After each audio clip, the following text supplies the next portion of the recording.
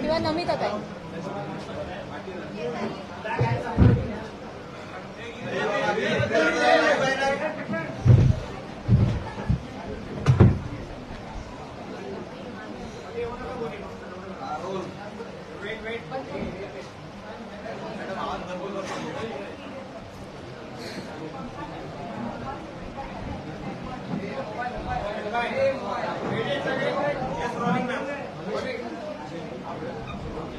Mic आहे का? Mic आहे? माईक आहे? नाही, इथल्या इथे ऐकू जायला माईक जायचंय. हा आहे मध्ये घ्या. तो आवाज करू मध्ये ठेवू.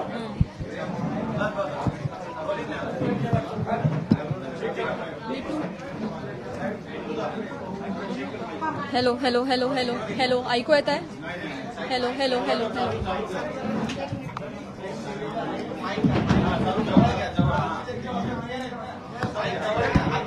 हॅलो. आता थोड्या वेळ घेऊन खायचा.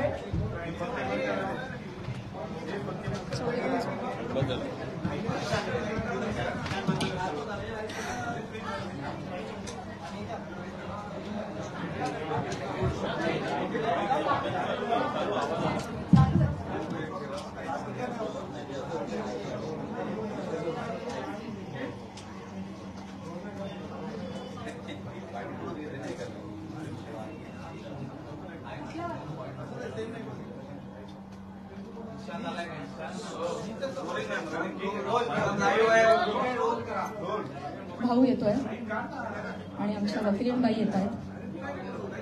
त्यांची वाट बघायची आहे का सुरू करायचं?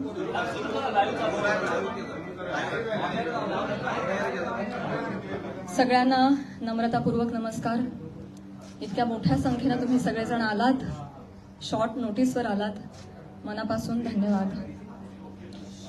तुम्हा सगळ्यांना आज आपण इथे का जमलोय हा विषय माहिती आहेच आहे. बीड जिल्ह्यातील माननीय आमदार श्री सुरेश धस यांनी काल प्रसार माध्यमांशी बोलताना जी काही टिप्पणी केली त्या संदर्भात तीव्र निषेध व्यक्त करण्यासाठी आज मी तुम्हा सगळ्यांसमोर आलेली आहे.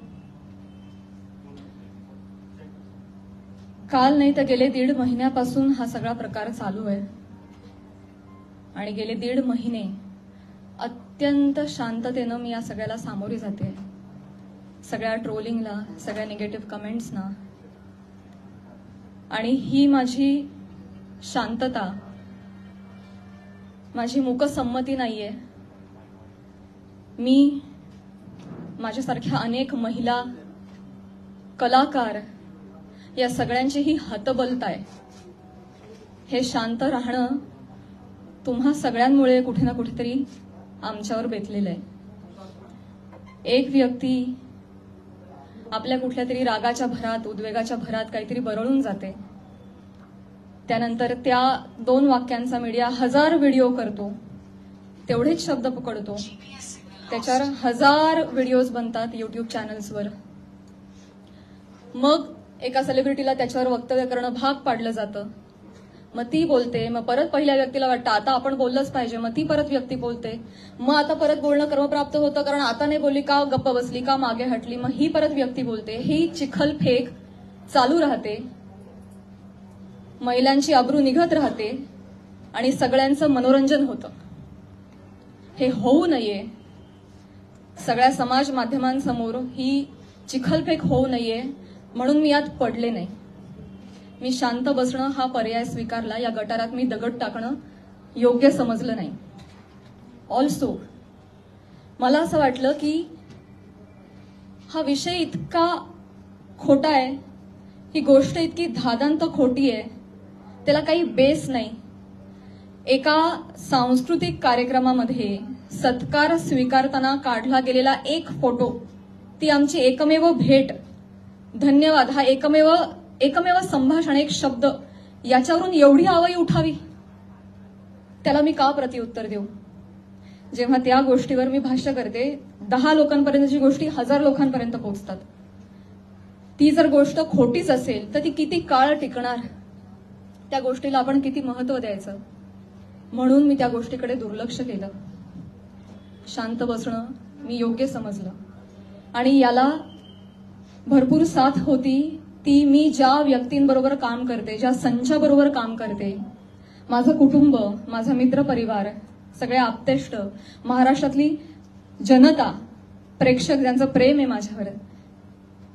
कोणीही माझ्यावर एका शब्दानेही कधी शंकेच्या दृष्टिकोनातून पाहिलं नाही, कधीही मला विचारलं देखील नाही. प्रत्येक जण भेटला त्यावेळी हे म्हणाला, प्राजक्ता योग्य करतेस, शांत राहा, धीरानं सामोरी जा. या अशा आवया उठतात आणि निघून जातात, सरपास होतात, तू शांत राहा, धीरानं सामोरी जा. ह्या सगळ्यांचा माझ्यावरचा विश्वास नाही. मी आधी पूर्ण करेन माझं सगळं. माईक मध्ये सर्व इको होतो, त्याच्यामुळे तुम्ही फक्त माईक विदाउट माईक तुम्ही बोला ना, बेटर गाईड होते. Sorry for interrupt.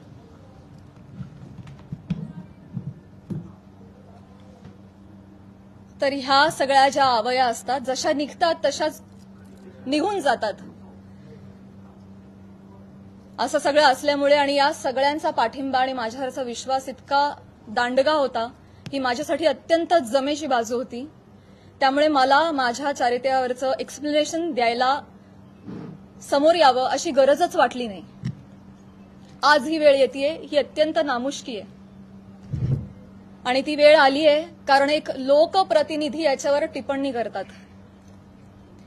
एखादी रुमर आहे, रुमरचंही खरं त्याला स्थान नाहीये, पण एखादी असंच उठलेलं वावटळाविषयी जेव्हा लोकप्रतिनिधी, जे लोक ज्यांना आपण जनतेनं निवडून दिलंय, आपले प्रश्न विधिमंडळात जाऊन त्यांनी आपले प्रश्न मांडावेत, आपल्यासाठी न्याय मागावा, आपल्या हक्कांचं रक्षण करावं, आपलं रक्षण करावं, अशी ज्यांच्याकडून आपली अपेक्षा आहे, अशी मंडळी जेव्हा आपल्यावर चिखलफेक करतात तेव्हा ही गोष्ट गांभीर्यानं घेण्याची वाटली मला. आणि म्हणूनच आज मी तुम्हा सगळ्यांसमोर आले. काल जर हे असं बोलले नसते तर मी तशी शांत बसले होते आणि मी याच्यावर कधी कधी भाष्य केलं नसतं. पण काल त्यांनी ते वक्तव्य केल्यामुळे मला आज तुम्हा सगळ्यांसमोर यावं लागलं.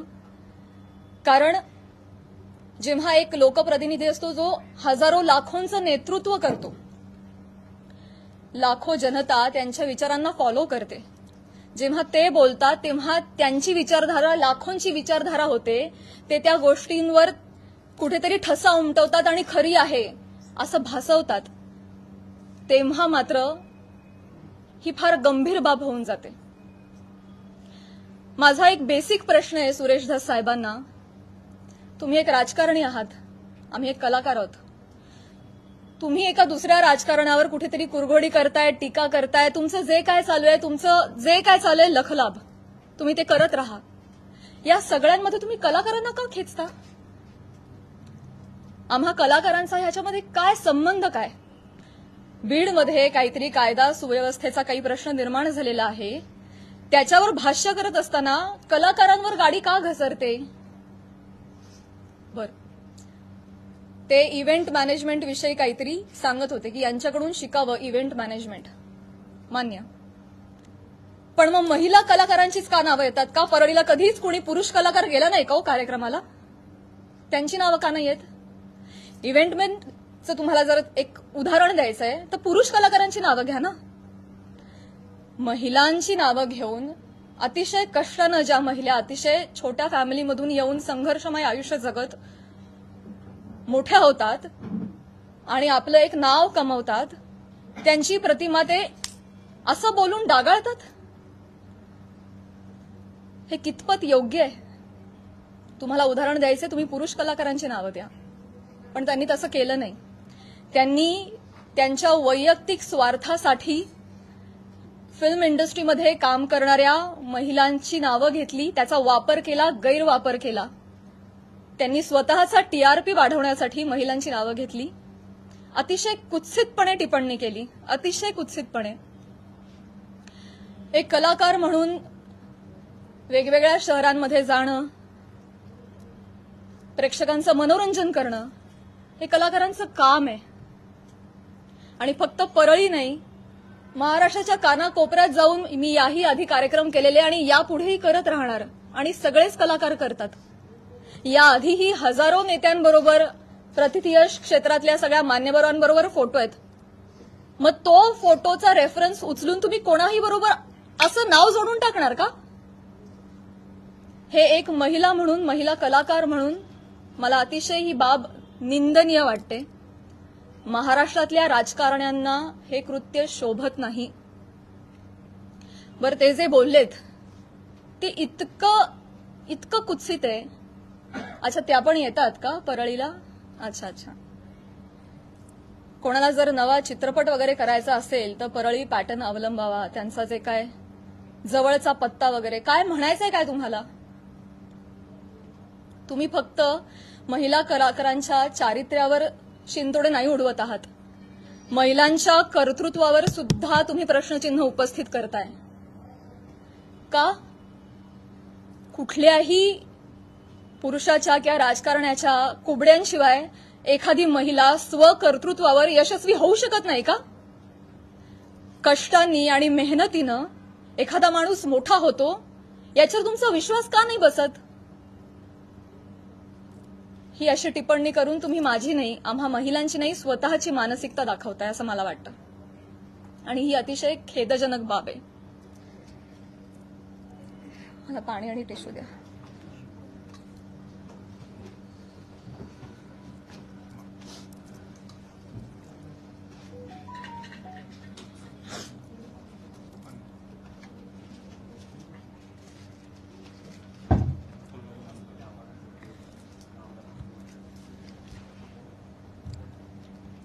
महिलांची अब्रू, इस्पेशली फिल्म इंडस्ट्रीमधल्या महिलांवर फार सॉफ्ट कॉर्नर, फार सॉफ्ट टार्गेट कोणी यावं, पटकन नावं घेऊन जावं.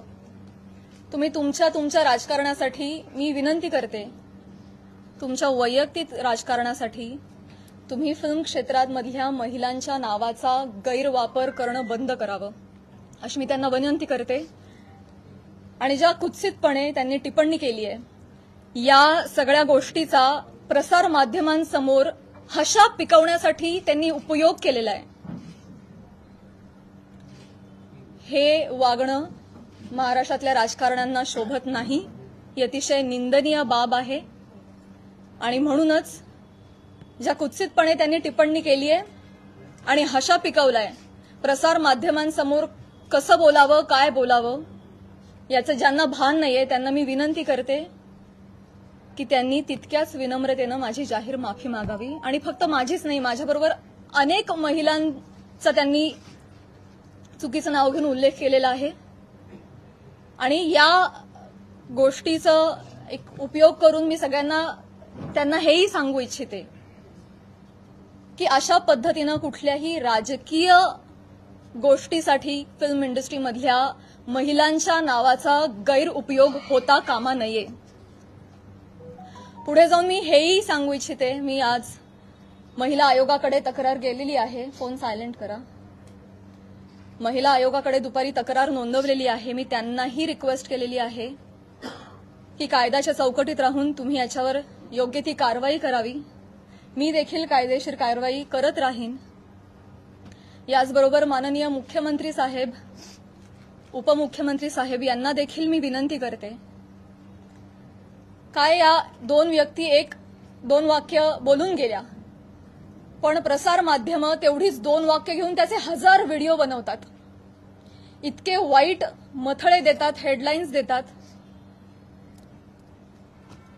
समोरच्या माणसाच्या आयुष्यात तुमच्या या मथळ्यांमुळे एक वादळ येऊ शकतं, त्यांच्या करिअरवर परिणाम होऊ शकतो, त्यांची प्रतिमा डागाळली जाऊ शकते, त्यांचं करिअर बर्बाद होऊ शकतं, ते डिप्रेस होऊ शकतात, ते आत्महत्या करू शकतात. तुम्हाला काळजी वाटत नाही या गोष्टीची? आपण आपला टीआरपी वाढवण्यासाठी, आपण आपला एक सेट टार्गेट अचीव करण्यासाठी कुठल्या थराला जाऊन बातमी करतो, त्याचं किती वेगवेगळ्या पद्धतीनं. आता फॉर एन एक्झाम्पल, कालच मी बातमी वाचली आणि ती इतकी हर्टफुल होती. बीडमधील हत्या प्रकरणात आता प्राजक्ता माळींचंही नाव जोडलं जातंय. काय संबंध, काय दोन गोष्टींचा? आपण काय हेडलाईन्स करतो? त्याचा समोरच्या माणसावर, ही माझी आई रात्रभर झोपली नाही, 1.5 महिना मला वाटत नाही तिला शांत झोप लागली असेल, एक कमेंट नाही जी यांनी वाचली नाही, हा माझा भाऊ यांनी सोशल मीडिया बंद करून टाकला, सगळे अकाउंट्स डिलीट केले.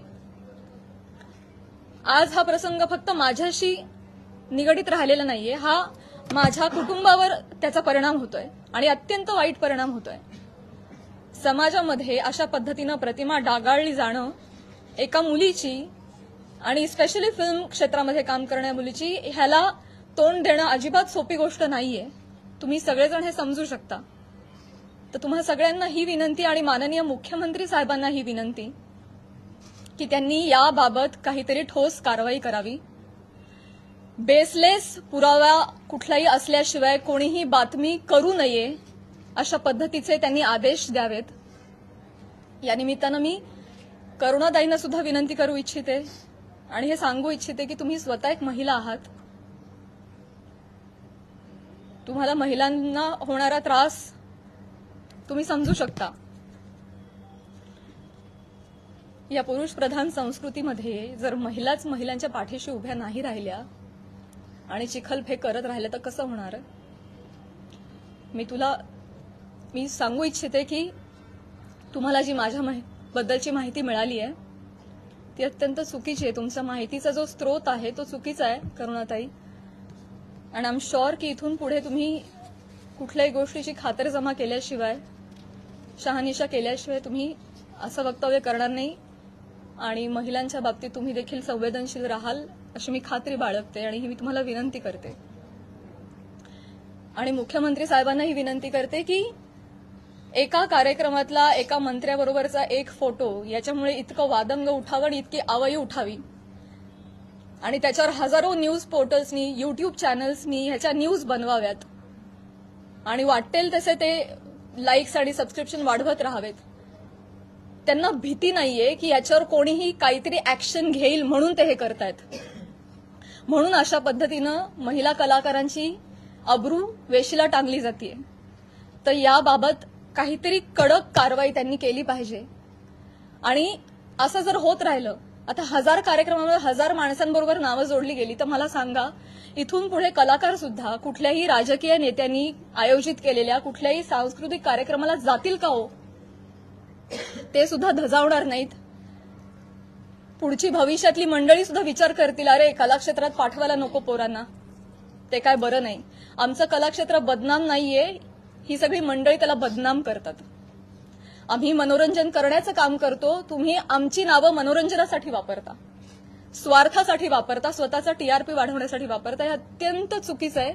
आणि स्पेशली महिलांची नावं पटकन कशी तोंडावर येतात, पुरुषांची नावं का येत नाहीत, यासाठी एक टूल बनवलं जात आहे महिला कलाकारांना. ह्याबद्दल मला खेद वाटतो. आणि मी पुन्हा एकदा सांगेन की मुख्यमंत्र्यांना विनंती की तुम्ही याबाबत ठोस कारवाई करावी, आदेश द्यावेत. सुरेश धसांना मी विनंती केलेलीच आहे की त्यांनी जाहीर माफी मागावी. आणि या निमित्तानं मी प्रसार माध्यमांना सुद्धा विनंती करेन. मी पुन्हा तेच बोलते. अनेक युट्यूब चॅनल्स, माझी सोशल मीडियाची टीम लीगल नोटीस पाठवून थकली. एक युट्यूबचा व्हिडिओ डाऊन होतो तर 3 रोज नव्याने उभे राहत होते. तर एखाद्या गोष्टीचा एक संदर्भ घेऊन तुम्ही वाटेल ते मथळे देऊन जे न्यूज करता, तुम्ही सुद्धा कुठेतरी या बाबतीत स्पेशली महिलांच्या चारित्र्यासंबंधात असलेल्या गोष्टींवर तुम्ही तरी संवेदनशीलता दाखवणार आहात की नाही? टीआरपीसाठी, तुमचं टार्गेट कंप्लीट करण्यासाठी किती खालच्या थराला जाऊन तुम्ही बातम्या करता, हे योग्य आहे का?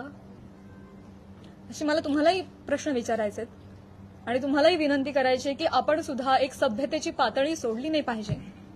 आपण महाराष्ट्रात राहतो. महाराष्ट्र अतिशय सुज्ञ मंडळींचा प्रदेश आहे आणि तुम्ही कोणीही अशा पद्धतीनं मुळात आदेश आले पाहिजेत, त्याच्यावर ठोस कारवाई झाली पाहिजे. आणि आपण एक माणूस म्हणून सुद्धा, एक मराठी माणूस म्हणून सुद्धा आपण सुद्धा आपल्याला काहीतरी नियम घालून घेतले पाहिजेत असं मला वाटतं. मी माझं पूर्ण करते भाऊ. या निमित्तानं महाराष्ट्रातल्या जनतेला सुद्धा मला म्हणायचं आहे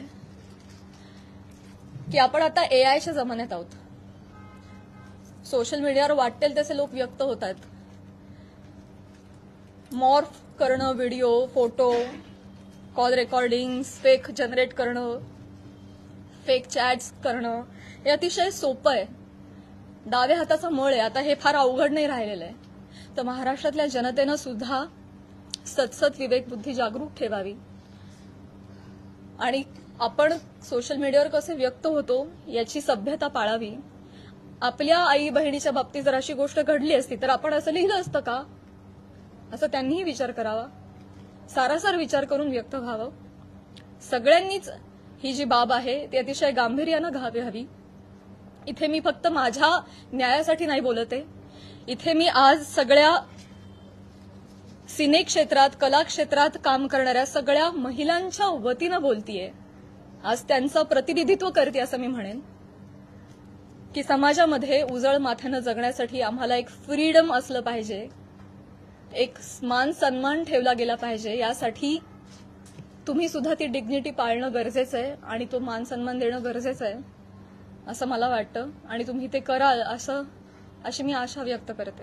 एक प्रश्न असा होता आता आपण ज्या पद्धतीने आता एकच प्रश्न आहे काही सुरेश दास यांनी महिला statement आयोगाकडे दिलं की आपण माफी अच्छा मागणार नाही. ओके, वन बाय वन जाऊया. सुरेश दास म्हणताय प्राजक्ता माळींची माफी मागणार नाही. सुरेश दास म्हणताय प्राजक्ता माळींची मी जाहीर माफी मागणार नाही. मी त्यांना मागणी केलेली आहे. त्यांनी ज्या कुत्सितपणे हशा पिकवण्यासाठी हा मुद्दा उचललाय ज्याला काही बेस नाही, तर मी मागणी केलेली आहे आणि मला खात्री आहे की माननीय मुख्यमंत्री साहेब, माननीय उपमुख्यमंत्री साहेब, महिला आयोग याच्यावर कठोर कारवाई करतील आणि योग्य ती गोष्ट घडवून आणतील. महिला आयोगाकडे आपण तक्रार दाखल केलेली आहे. आपण कायदेशीर पाऊल म्हणजे पोलीस स्टेशनमध्ये जाऊन धस यांच्या विरोधात काही तक्रार दाखल करणार आहात का? ज्या पद्धतीने आता ते म्हणतायत की आम्ही माफी मागणार नाही म्हणून, तर आपण कायदेशीर पाऊल नेमकं काय उचलणार आहात? महिला आयोगाकडे तक्रार दिलेली आहे. आज किंवा उद्या मुख्यमंत्री साहेबांची भेट मला मिळणार आहे. त्यांना समक्ष जाऊन मी पत्र देणार आहे. उपमुख्यमंत्री साहेबांना जाऊन भेटणार आहे. त्यांना देखील समक्ष जाऊन पत्र देणार आहे, निवेदन करणार आहे. आणि जर गोष्ट काही घडली नाही आणि ही देखील महिला म्हणून हलक्यात घेतली तर डेफिनेटली माझ्या वकिलांमार्फत मी योग्य ती कारवाई करेन. आणि माझ्या एकटीच्या न्यायासाठी नाही, मी समस्त कला क्षेत्रात काम करणाऱ्या महिलांच्या वतीनं पाऊल उचलेन. भाजपचे आमदार आहेत आणि मुख्यमंत्री गृहमंत्री कारवाई करतील असं वाटतं. आता तुम्हाला एक चान्स दिला ना, बाकीच्यांना पण चान्स. या प्रकरणाची सुरुवात तुम्ही उल्लेख देखील केला करुणा मुंडे यांच्या व्हिडिओपासून झाली होती. तर तुम्ही सुरेश दस यांच्यावरती कारवाई करावी अशी मागणी करताय. करुणा मुंडे यांची तक्रार तुम्ही महिला आयोगाकडे केली का किंवा करणार आहात का? मी ऑलरेडी त्यांना देखील नोटीस पाठवली आहे, करुणाताईंना तेव्हाच पाठवली आणि त्यानंतर त्यांनी काही वक्तव्य केलं नाही, त्या शांत बसल्या. त्यामुळे मी पुढे काही त्यांच्यावर कारवाई केली नाही. डेफिनेटली आहे. मराठी चित्रपटसृष्टी सगळे कलाकार खंबीरपणे माझ्या पाठीशी आहेत आणि मी सगळ्यांचं नेतृत्व करेन. सुरेश दस यांनी जी पत्रकार परिषद आपली चालू आहे त्याच्यानंतर त्यांनी प्रतिक्रिया अशी दिली की हे संतोष देशमुख प्रकरण दुसरीकडे नेण्यासाठी म्हणून तुम्ही पत्रकार परिषद. मला हेच सांगायचं आहे तुम्हाला सगळ्यांना, हेच सांगण्यासाठी आज मी आली आहे की तुमच्या राजकीय हेतूसाठी तुम्ही कला क्षेत्रातल्या कलाकारांची नावं का जोडताय? कलाकारांचा आणि राजकारणाचा काही एक संबंध नाहीये. तुम्ही जर कालच्या त्या भाषणामध्ये आमचं नाव घेतलं नसतं तर आज मी तुमच्यासमोर इथे नसते. मी आज माझ्या ज्योतिर्लिंग यात्राला असते. त्यांनी नाव घेतल्यामुळे आज मला इथे बसावं लागतंय. त्यांनी सुरू केली ही गोष्ट. त्यामुळे तुम्ही असा अर्थ जोडू नका, ही तुम्हालाही विनंती. आणि मुळात राजकारणाचा आणि कलाकारांचा काही संबंध नाही. तुम्ही तो ओढून आणू नका. स्पेशली महिला कलाकारांना तुम्ही इथे त्यांच्या प्रतिमा डागाळू नका. येस, हो, इथे मुलगी बोलतीये. या सगळ्या चिखलफेकमुळे कुठेतरी कलाकार कोणत्याही गोष्टीवर भूमिका घेताना म्हणजे काचकूच करतात असं वाटतं का? भीती वाटते ना, कारण प्रसार माध्यमं त्याला चुकीची प्रसिद्धी देतात. मग यामुळेच पुढे कधी म्हणूनच मुख्यमंत्र्यांना मी विनंती करणार आहे की जर कुठलाही पुरावा नसेल तर प्रसार माध्यमांनी, स्पेशली युट्यूब चॅनल्सनी जर अशा काही बातम्या केल्या तर त्यांच्यावर कठोर कारवाई करावी. इनफॅक्ट तशा पद्धतीचे निर्देश त्यांनी आत्ताच जारी करावेत. सुरेश दासांनी फक्त माफी मागावी एवढंच तुमची मागणी आहे की कारण जरी त्यांनी माफी मागितली तरी त्यांच्यावर कारवाई करण्यात येईल? मला आहे ना प्रॉब्लेम एक दोन व्यक्तींनी बोलण्याचा नाहीये. या मला प्रवृत्तीचा त्रास आहे. हा प्रघात पडता कामा नाहीये. की कोणीतरी काहीतरी फार कष्टाने नाव कमवतो, कोणीतरी एक काहीतरी येऊन बोलून जातं आणि अख्खी इमेज डागाळते. स्पेशली महिलांच्या बाबतीत मी पुन्हा तेच म्हणेन की नाव घेताना त्यांनी 3 महिलांचं का नाव घेतलं? पुरुष कलाकार गेलेच नाहीत का हो परळीला कधी कार्यक्रमाला? मी जेव्हा गेले होते कार्यक्रमाला तेव्हा माझ्याबरोबर सुद्धा प्रसाद खांडेकर, गौरव मोरे ही मंडळी होती, अमीर हडकर, आमचे सगळे कलाकार होते, त्यांची नाही नावं आली. त्यामुळे स्त्री कलाकारांना याच्यामध्ये गोवू नये. राजकारण्यांनी स्वतःच्या स्वार्थापायी टीआरपी त्यांच्या अशा पद्धतीनं वाढवू नये आणि गैरवापर करू नये. हिंदी असो किंवा मराठी सिनेमा, राजकीय नेते मुख्यतः कलाकारांना टार्गेट करतात. हे हेतुपुरस्सर किंवा जाणीवपूर्वक वक्तव्य केल्यानंतर त्यांना प्रसिद्धी मिळते. मला हे माहिती नाही ते देण्यासाठी असं वक्तव्य होतं असं वाटतंय का? आणि याचा पाठपुरावा म्हणून तुम्ही कलाकारांची काही संघटना बांधणार का किंवा त्याला एकत्र आणणार का आगामी काळात? मला हेच म्हणायचं आहे की ते काहीतरी बोलून जातात, एक काहीतरी वल्गना करून जातात. खरं तर त्यांनी अशा पद्धतीच्या वल्गना हाणून पाडल्या पाहिजेत एक लोकप्रतिनिधी म्हणून, पण ते त्याला हवा देत आहेत ही गोष्ट चुकीची आहे. पण त्यांना जेव्हा कळेल पुढे जाऊन की त्यांच्या एका वक्तव्याचे 1000 वेगळ्या पोर्टल्सनी 1000 न्यूज केल्यात, हे त्यांना कळल्यानंतर खरं तर तेही करणार नाहीत, करुणाताई बोलणार नाहीत. पण त्यांना ही पुढे गोष्ट एवढी मोठी घडतीये ह्याची त्यांना कल्पना नसावी कदाचित. मला जेवढे त्या 2 व्यक्ती बोलल्याचा त्रास आहे तेवढाच त्रास मला प्रसार माध्यमांनी केलेल्या फेक न्यूजचा देखील आहे. सो डेफिनेटली याच्यावर कारवाई व्हावी असं मला वाटतं. या विषयांवर बोलणं टाळतात, सोडून देतात. त्याच्यामुळे तुम्हाला वाटतं का की त्यांना बोलायला वेळ मिळतो किंवा तो चेष्टा मस्करीचा विषय होतो? करुणा मुंडेंनी जेव्हा तुमच्यावर टीका केली तेव्हा जर तुम्ही उत्तर दिलं असतं तेव्हा पुन्हा एकदा तुमचं नाव अशा प्रकारे घेतलं गेलं नसतं असं वाटतं? पुन्हा एकदा मी तेच म्हणेन, पुन्हा एकदा मला तेच म्हणायचंय का कलाकार पुढे येत नाही? मी पहिलं वाक्य म्हणाले की या सगळ्यामध्ये आमची हतबलता आहे गप्प राहण्यामध्ये. का? कारण समाज माध्यमांमध्ये ही चिखलपेक चालू राहते. विषय एवढा असतो कुठेतरी वेगळीकडे जाऊन पोचतो. आज तुम्हाला काय वाटतंय हे चालू राहतं. त्यामुळे कलाकार शक्यतो यामध्ये पडत नाहीत. आणि बरीच मंडळी, मी फक्त कलाक्षेत्र म्हणत नाही, बऱ्याच क्षेत्रांमधली मंडळी गप्प राहणं हा पर्याय निवडतात, कारण हे असं जाहीरपणे चिखलफेक होत राहते. म्हणूनच या संदर्भात जर काहीतरी रूल्स अँड रेग्युलेशन्स आले, कठोर नियम आले की जर या गोष्टीमध्ये तथ्य सापडलं नाही, जर कुठला पुरावा सापडला नाही तर त्यांच्यावर कायदेशीर कारवाई होईल त्या न्यूज पोर्टलवर किंवा युट्यूब चॅनलवर, असा जर आपल्याकडे नियम आला ना तेव्हा जाऊन हे बंद होणार आहे. तर असा नियम काढावा हीच विनंती आहे माझी मुख्यमंत्री साहेबांना. नाही असं काही नसतं.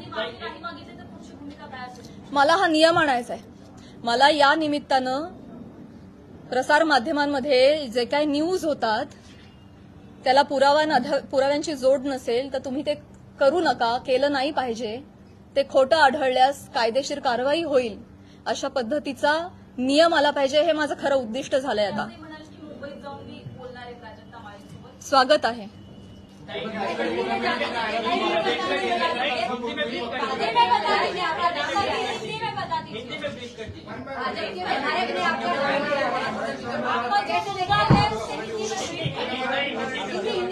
ओके, एका पत्रकाराला एकच देते. एका पत्रकाराला 4 वेळा संधी नाही मिळू शकणार.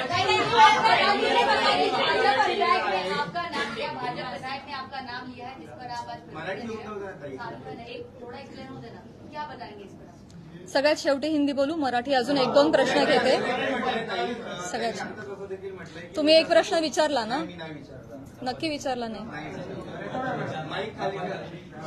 त्यांनी असं देखील म्हटलंय की मी असं कोणतंही ऑब्जेक्शन घेण्यासारखं वक्तव्य बोललेलो नाही आणि माझ्यासाठी प्राजक्ता माळी हा विषय संपलेला आहे असं देखील वक्तव्य केलेलं आहे. काय सांगा? मी ते बघितलं नाही, परंतु अच्छा त्या पण आल्या का? येतात का परळीला? अहो परळीला नाही, सबंध महाराष्ट्रात फिरतो आम्ही, देशाबाहेरही कार्यक्रमाला जातो. परळी पॅटर्न, जवळचा पत्ता, तुम्हाला जर चित्रपट बनवायचा असेल तर परळी पॅटर्न म्हणजे म्हणायचं काय? हे डेफिनेटली अतिशय निंदनीय वाक्य आहेत, अतिशय डिरोगेटरी आहेत. यामागचा सूचित अर्थ कळू नये इतका महाराष्ट्र आणि मी दुधखुळी नाहीये. त्यांना जे आडून बोलायचं होतं हे सगळ्यांना कळतंय. त्यामुळे परळीला येतात म्हणजे मी काहीच बोलू नये असं नसतं. नुसतं ताई म्हणून काही होत नाही. त्याच्या अवतीभवती तुम्ही जे हातवारे करता, तुमचे जे हावभाव असतात, एका महिलेचं चारित्र्य एवढ्या रिॲक्शननी सुद्धा डागाळू शकतं. समाज माध्यमांसमोर, प्रसार माध्यमांसमोर हशा पिकवण्यासाठी त्यांनी हा मुद्दा वापरलाय, तो डेफिनेटली अतिशय निंदनीय आहे, अतिशय खालच्या पातळीचा आहे आणि तो चुकीचा आहे, याचा मी निषेध करते. मॅम, क्लॅरिफिकेशन देताना नेहमी महिलाच का देतात? तुम्हाला वाटत नाही का ज्यांच्याशी नाव जोडलं जातं त्यांनी सुद्धा हे दिलं पाहिजे? आतापर्यंत बॉलिवूडमध्ये सुद्धा अशा अनेक गोष्टी घडलेल्या आहेत, पण महिलाच टार्गेट का होते याच्यावर तुम्हाला काय वाटतं? हाच माझा प्रश्न आहे, हाच माझा प्रश्न आहे मुख्यमंत्री साहेबांना सुद्धा, की हे महाराष्ट्रामध्ये एक निर्भेळ वातावरण कला क्षेत्रातल्या महिलांच्या बाबतीत असलं पाहिजे आणि आम्ही सॉफ्ट टार्गेट होता कामा नये. कुठल्याही राजकीय व्यक्तींच्या स्वार्थापायी आमच्या नावांचा गैरवापर झाला नाही पाहिजे, हीच तर माझी विनंती आहे. आणि हे दुःख आहे, आणि हे दुःख आहे. आज मला माझ्या चारित्र्याच्या क्लॅरिफिकेशनसाठी प्रेस कॉन्फरन्स घ्यावी लागते, हीच निंदनीय गोष्ट आहे. हे महाराष्ट्रात होत आहे, सावित्रीच्या लेकींबाबत होत आहे, मला याचं दुःख आहे. करुणा मुंडेंनी ज्या पद्धतीने सुरुवात केली किंवा सुरेश दसनी ज्या पद्धतीने सुरुवात केली, पण ह्या सगळ्या घोटाळ्यामध्ये ज्या व्यक्तीसोबत नाव जोडलं गेलं, पण ज्या एका व्यक्तीसोबत नाव जोडलं गेलं, तर तुला असं नाही वाटत का की त्या व्यक्तीकडून सुद्धा काहीतरी वक्तव्य आलं पाहिजे की जे काही चालू आहे त्याच्या? नाही, मला नाही वाटत. नाही. मुख्यमंत्री देवेंद्र फडणवीस सुरेश दसांवरती कारवाई करतील असं वाटतं का तुमच्या भेटीनंतर? मी म्हटलं ना, त्यांनी माफी मागणं, त्यांनी बोलणं, त्यांना हा प्रकार चुकीचा आहे हे कळलं पाहिजे, त्याचे परिणाम काय होतात हे कळलं पाहिजे आणि पुढे जाऊन या बाबतीत कठोर नियम झाले पाहिजेत. हे आता माझं मोठं उद्दिष्ट आहे. एका व्यक्ती संदर्भात तेवढा मुद्दा, त्यांची माफी, एवढा छोटा विचार मी नाही करणार. या बाबतीत काहीतरी कठोर निर्णय झाले पाहिजेत, काहीतरी रूल्स अँड रेग्युलेशन्स बसले पाहिजेत. इथून पुढे कुठल्याही महिला कलाकाराला, ही मी आज ह्या सगळ्या गोष्टीची पार्श्वभूमी घेऊन म्हणते, भविष्यात मला किंवा कला क्षेत्रात काम करणाऱ्या कुठल्याही महिलेला अशा पद्धतीच्या गोष्टींना सामोरं जायची वेळ येऊ नये यासाठी मी प्रयत्न करेन. आता तुम्ही म्हणाला की कला राजाश्रय मिळाल्याने मुक्ती होते आणि असंही म्हणाला की महाराष्ट्रावर आम्ही जर नाहीच फिरलो रसिकांचं कसं मनोरंजन होणार? अगदी बरोबर आहे, पण तुम्ही बाहेर नाही गेला तर त्याचं तुमचं नुकसान आहे, तुमचीच कला जनतेसमोर येणार आहे, असं वाटत नाही तुम्हाला? मला प्रश्न नाही कळला. ठीक आहे, ठीक आहे, ठीक आहे. कलेला राजाश्रय मिळाल्यानंतरच ती कला मोठी होती. महाराष्ट्रभर फिरताय, राजकारणाचे कार्यक्रम अटेंड करता असं तुम्ही म्हणताय, आता जर नाही गेला तर त्याच्यामुळे तुमचं परिणाम होणार आहे, तुमचं नुकसान होणार आहे असं वाटत तुम्हाला? डेफिनेटली मुळात वेगवेगळ्या शहरांमध्ये जाऊन, वेगवेगळ्या ठिकाणी जाऊन प्रेक्षकांचं मनोरंजन करणं हेच तर कलाकारांचं काम आहे, कर्तव्य आहे. निखळ मनोरंजनासाठी तर कलाकार प्रेक्षकांशी संवाद साधण्यासाठी वेगवेगळ्या ठिकाणी जातात आणि गेलंच पाहिजे. ते आमचं उपजीविकेचं साधन पण आहे आणि आमच्या स्वातंत्र्यावर अशी गदा नाही येऊ शकत ना. त्यामुळे कलाकार धर्म आम्ही पाळतोय, पण त्याचा असा पद्धतीनं चुकीचा अर्थ काढणं हे क्लेशदायक आहे. तेव्हाच कला मोठी होईल जेव्हा त्याला राजाश्रय मिळाली पाहिजे. म्हणूनच म्हणते रूल्स एंड रेग्युलेशन्स आणा. जी नहीं, ठीक है, ठीक है, नहीं, ठीक है, ठीक है. मैं यही कहना चाहूंगी कि आज जो भी यहाँ पे हुआ, सुरेश धस जी ने जो भी बोला है वो काफी निंदनीय है ही. उसके खिलाफ हम काम करेंगे डेफिनेटली. महिला आयोग भी करेंगे, माननीय मुख्यमंत्री जी भी करेंगे. सबसे मैं निवेदन करूंगी, लीगल एक्शन भी लिए जाएंगे.